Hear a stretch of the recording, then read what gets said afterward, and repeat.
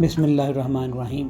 ایک جانب غزہ میں انسانی المیہ گمبھیر سے گمبھیر تر ہو رہا ہے، دوسری جانب اسرائیل کے اندر سے غزہ کی جنگ کے حوالے سے سیاسی و عسکری قیادت کے درمیان شدید اختلافات پیدا ہونے کی خبریں آنے لگی ہیں۔ اسرائیلی میڈیا کے مطابق وزیر اعظم نتنیاہو کی حکومت غزہ میں جاری جنگ کے مستقبل کے متعلق کئی راستوں پر غور کر رہی ہے، اور یہی معاملہ پیر کے روز ہونے والی کابینہ کے اجلاس میں زیر بحث آیا۔ رپورٹس کے مطابق پہلا راستہ یہ ہے کہ حماس پر دباؤ بڑھانے اور قیدیوں کے معاملے میں رعایتیں حاصل کرنے کے لیے نئی فوجی کارروائی شروع کی جائے۔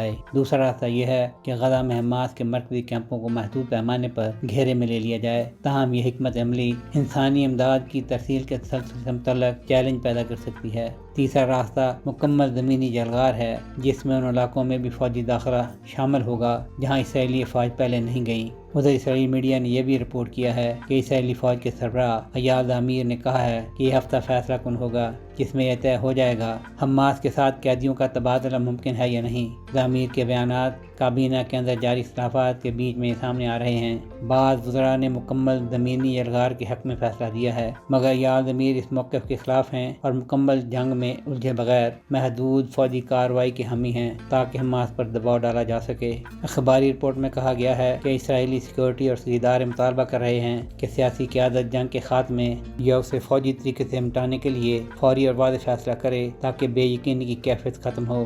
ایاد امیر نے سیاسی قیادت کو خبردار کیا ہے کہ اگر فوج غزہ میں طویل عرصے تک رہی تو اس کی صلاحیتیں کمزور پڑ سکتی ہیں۔ انہوں نے سیاسی قیادت سے مطالبہ کیا ہے کہ وہ غزہ میں فوج کی حیثیت واضح کرے۔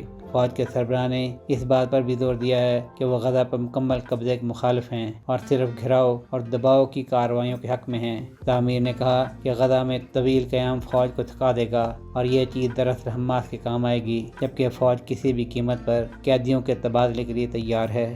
دریں اثنا حماس کی جانب سے ان میڈیا رپورٹس کی سختی سے تردید بھی سامنے آ چکی ہے، جن میں امریکی ایلچی ایسٹی وٹکوف نے دعویٰ کیا تھا کہ حماس نے ہتھیار ڈالنے پر آمادگی ظاہر کی ہے۔ حماس نے واضح طور پر کہا ہے کہ جب تک قابل اسرائیل کا وجود باقی ہے، فلسطینی مزاحمت اس کا اسلحہ ایک قومی اور قانونی حق ہے جس کی توثیق عالمی قوانین اور مواثیق نے بھی کی ہے۔ ہم اپنے حقوق کی مکمل بحالی کے بغیر، خاص طور پر ایک مکمل خود مختار فلسطین ریاست کے قیام اور اس کا دارالحکومت القدس کے بغیر اس مزاحمت سے دستبردار نہیں ہو سکتے۔